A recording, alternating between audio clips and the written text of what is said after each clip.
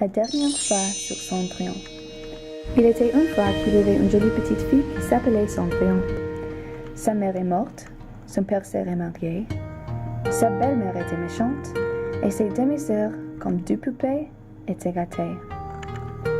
Cendrillon faisait le ménage chaque jour, et elle était triste à cause de sa vie difficile. Mais un jour, voilà, sa fée marraine est apparue.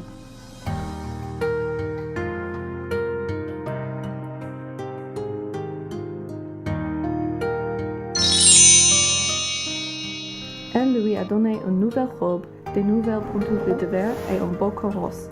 Et alors elle est allée à un grand bal où elle a trouvé son prince. Et après un peu de difficulté, en particulier une pantoufle perdue et beaucoup de pieds, ils se mariaient et ont beaucoup d'enfants.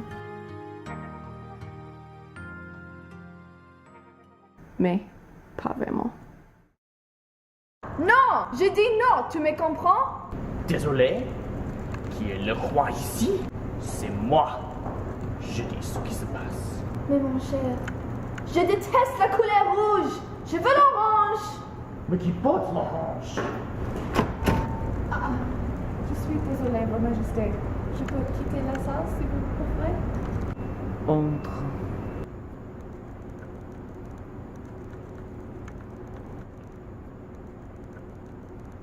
Dans sa nouvelle vie de la royauté, Cendrillon n'était pas respecté par ses nouveaux parents.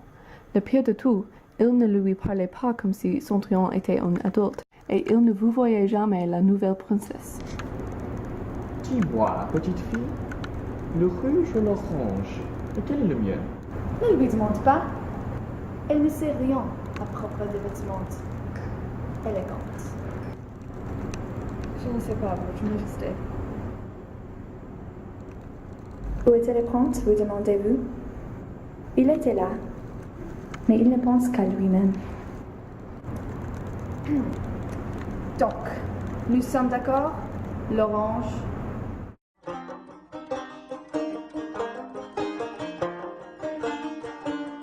Elle avait tout.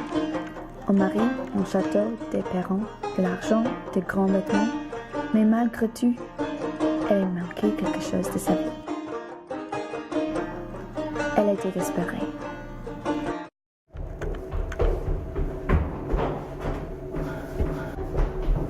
Oh, mon cher mari, j'ai grand besoin de toi. Quand je suis arrivée au palais, je pense que c'était le dénouement heureux de ma vie passée. Mais je me trompais.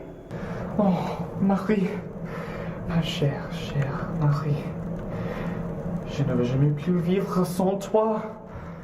Tu es vraiment la chose la plus importante dans ma vie misérable. Tes parents me détestent parce que je suis une simple fille qui n'a pas de dos. Mais je n'ai pas de liberté personnelle. En vérité, je suis un prisonnier dans ma propre maison. Et Cendrillon, elle n'a pas de beauté. Mais tu, Marie, tu es la plus belle femme du monde.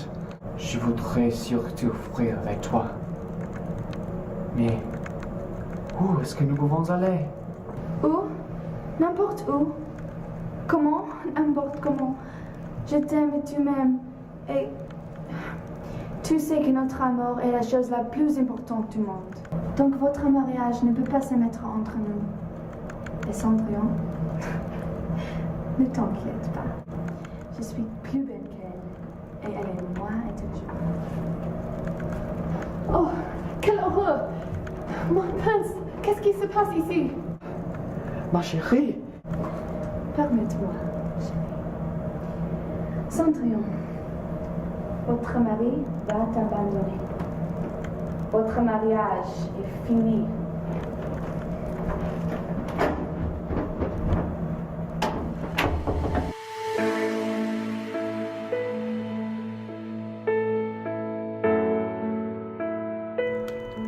quelle tragédie! Vous pensiez probablement que le mariage de Cendrillon signifiait la fin de ses troubles. Et là, son mariage a marqué le début du nouveau malheur. Pendant qu'elle courait du palais, elle pleurait sans cesse.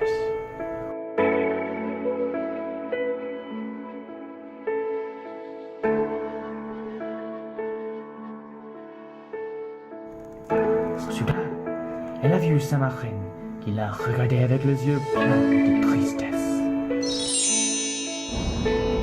Oh, ma marraine, pourquoi m'as-tu abandonné? C'est vrai que je voulais échapper de ma vie misérable.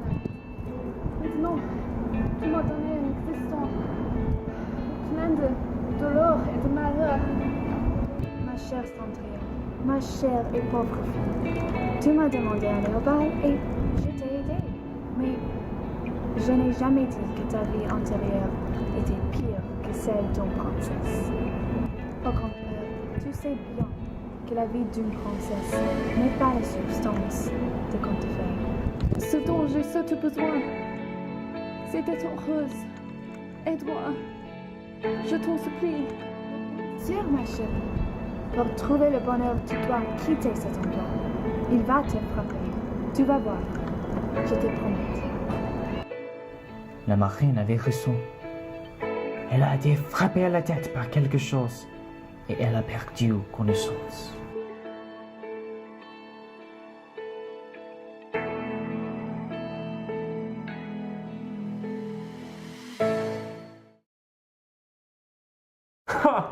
Est-ce qu'elle est morte?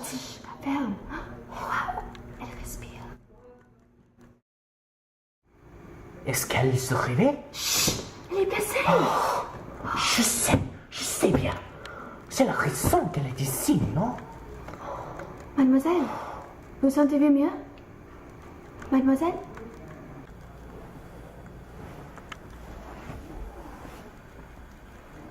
Où je suis? Pourquoi est-ce que vous me regardez? Qu'est-ce qui est arrivé? Oh mon Dieu, je suis tombée au chapitre de ce qu'il a. Qu'est-ce que je dis? Oh, mon chouchou, ne t'inquiète pas, mon chouchou. Je m'appelle Madame Moreau et ce drôle de numéro. Il est mon mari, mon surnom. Ah, mademoiselle, est-ce que quelqu'un a essayé de jouer au foot avec la tête? Non. Non. Non. Je marchais quand... Je ne sais pas. Qu'est-ce qui se passe? Un garçon qui travaille dans la ferme où vous êtes tombé. Il vous a trouvé, mais il ne vous connaissait pas. Non. Est-ce que vous me connaissez? Ah, ma pauvre. C'était un jour plus tard, hein? Tu es terrible! Ce n'est pas vrai. Oh, Non, chérie, non. Mais est-ce que vous ne rappelez personne? Est-ce que vous ne rappelez rien? Il y avait une fée. Une fée! Sucre et fraises. Je suis sérieuse.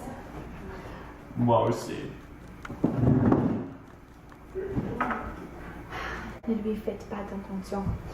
Il aime une bonne blague, c'est tout. Mais pour le moment, vous allez rester ici, d'accord? Oh non, je ne veux pas vous déranger. Quoi? Non, Non, c'est pas grave. Et donc, Cendrillon est restée avec la famille Moreau.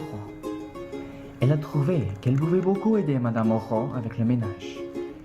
Monsieur Moreau était très gentil et il avait toujours un grand sourire. Au fil du temps, elle est devenue une partie de la famille Moreau. Elle se renommait Geneviève Moreau. Sa vie n'était pas facile. La famille Moreau n'avait pas beaucoup d'argent, mais elle était contente. Sa marraine avait raison. Cendrillon, ou Geneviève, avait trouvé le bonheur. Et sans richesse, sans gloire, magie, sans aucun souvenir de sa vie passée, et sans un mari, elle a vécu heureuse. Elle n'était que son mari pendant un peu de temps.